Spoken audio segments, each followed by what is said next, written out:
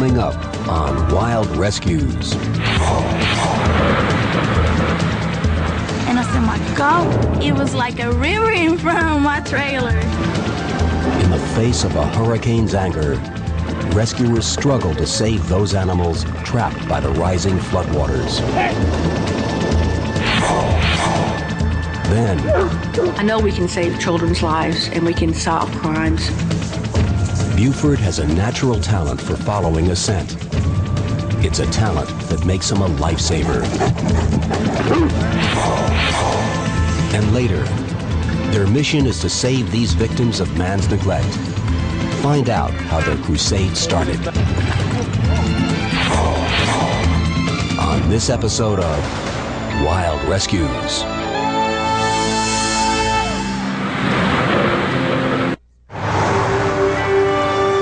Ken Nichols has run this simple dive shop on the north shore of Oahu since 1998. The unique sculpture in front of his shop is more than just a whimsical mound of beachcomber findings. It represents a cause that Ken and his staff are passionately devoted to. I am more comfortable in the marine environment than I ever am on land. It's the most peaceful, beautiful, awe-inspiring environment I've ever been in. The one price that we pay for being able to dive in such a beautiful environment is, unfortunately, getting to see the darker side of what's happening out there. Ken and his staff regularly encounter injured sea life. They report an alarming increase in the number of animals entangled in garbage dumped in the ocean.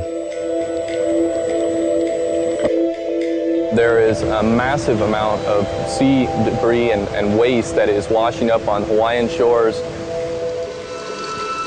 Fishing nets, abandoned fishing lines, hooks and other debris attached to the fragile coral reef, entangling marine life and causing slow and painful deaths. These nets, if they don't sink down to the bottom of the ocean floor in deep water, will wash up on shallow waters and shallow reefs. They'll wrap up around coral heads. Swells will drag these nets into shallower water, pulling up coral heads as they go, and also killing marine life along the way. Within a few short months in 1998, Ken and his team found 8 green sea turtles in distress, all suffering from encounters with fishing line or nets. Green sea turtles are listed as a threatened species under the Endangered Species Act, and they are protected here in Hawaii. But they are not protected from thoughtlessness. Ken decides it's time to do something about it. For me, it was very simple to get directly involved because it's simply a matter of conscience. If you were to see a child drowning and you had the ability to do something, well, you would. It all started when a friend of mine came in and told us of a turtle that he had found with fishing line that was in a really bad state. So what we did was we put a search party together, and the very first day we went out, we found a turtle. Ken soon realizes that this turtle is only one of many in distress. The turtle had line wrapped around it. I tried to remove the line, was unable to do so in the water, and eventually was able to catch up to him, pull him up to the surface, brought him onto the boat, and removed the line, which was cutting down to his bone.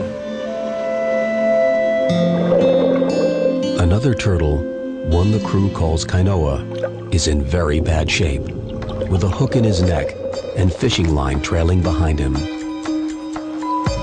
But the attempt to rescue Kainoa puts diver Joe Gorino in the hospital.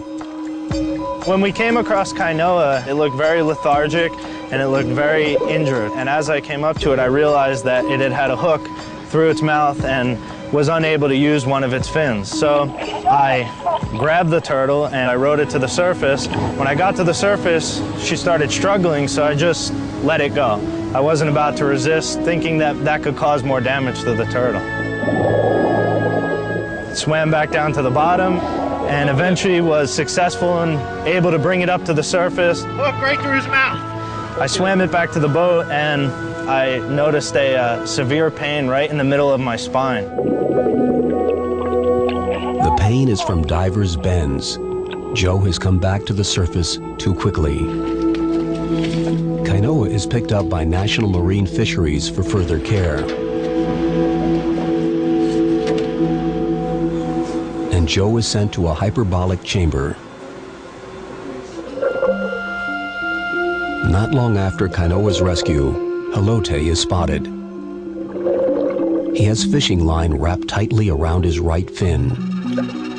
In the process of trying to find the original turtle, which we were looking for, we found Halote as well, which was another very disturbing incident because that turtle had literally a fin that was rotting off of his body with exposed bones.